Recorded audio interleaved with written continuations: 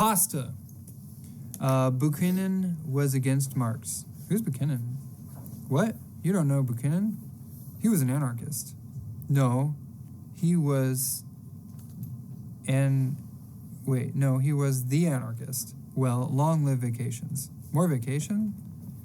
For me, not going to school was synonymous with solitude, especially now that Lucia was spending all her time with her boyfriend, Klaus. Do you have a problem with vacation? No, but you see, at home we had 2 weeks of rest for the new year, and after that we had to wait until summer. You'll get used to it.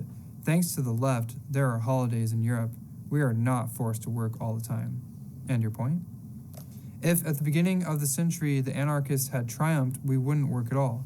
Man isn't made for work. Come on, relax. Take advantage. Cultivate yourself. You don't even know Buchanan, asshole. And you, are you going skiing? Yeah, as usual. This cretin, Momo, wasn't altogether wrong. I needed to fit in, and for that, I needed to educate myself. So I created a reason. Where are you going on vacation? Nowhere. I'm going to read. I love reading. In fact, it was a useful answer to the perennial question, where are you going? All the while giving me a role. So they went off skiing, and I set myself to reading. I started with Buchanan. I learned that he was Russian, that he had been excluded from the First International, and that he rejected all authority, especially of that state. So the First International Conference of Communist Cooperators. Aside from that, I didn't understand much of his philosophy, as surely Momo didn't either. Then I studied the history of the Commune. I concluded that the French right of this epoch were worthy of my country's fundamentalists.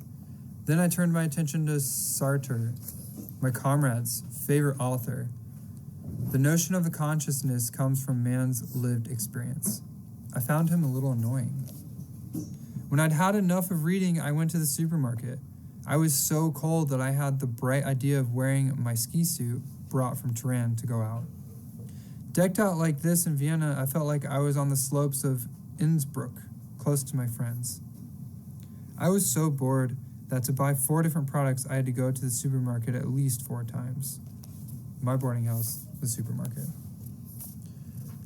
If I'd had anything fun to do, I don't think I would have ever read as much as I did. To educate myself, I had to understand everything, starting with myself, me, Margie, the woman, so I threw myself into reading my mother's favorite book. The Mandarins by Simone Beauvoir. No, Beauvoir. She had read me some excerpts, but I was a little young.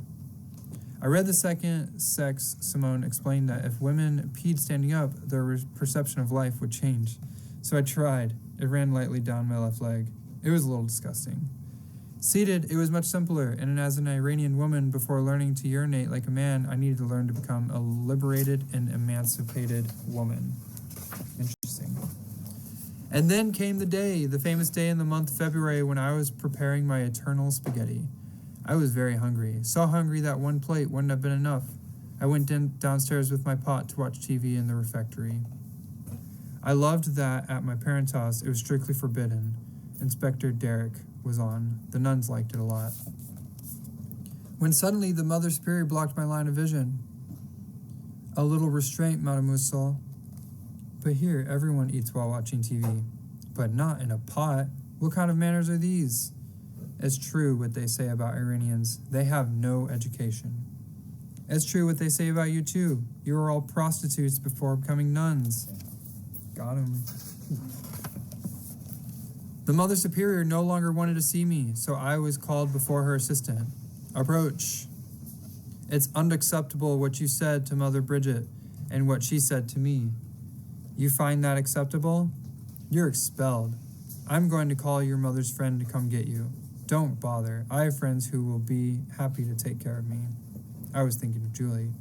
You should be ashamed of yourself. So should you. Shut up, you insolent girl. As you've paid, you can stay until the end of the month. You have nothing to say to me? Excuse me. I said thank you. In every religion you find the same extremists. I didn't wait for the end of the month. A few days later, I called Julie. They threw me out. I don't know what to do. Hold on a minute. I'm going to ask my mother if you can come live here.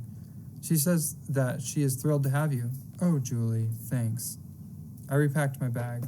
I said goodbye to Lucia, whom I never saw again. The sisters sent a letter to my parents, explaining to them that, humiliated to have been caught red-handed stealing a fruit yogurt, I decided to leave the boarding house of my own volition. But what in the world can this mean? She hates fruit yogurt. I don't understand. Happily, my parents knew my tastes. Oh, those liars. They could have at least found a better excuse. Reading wasn't enough to fit in. I still had a long way to go. All right, that's it.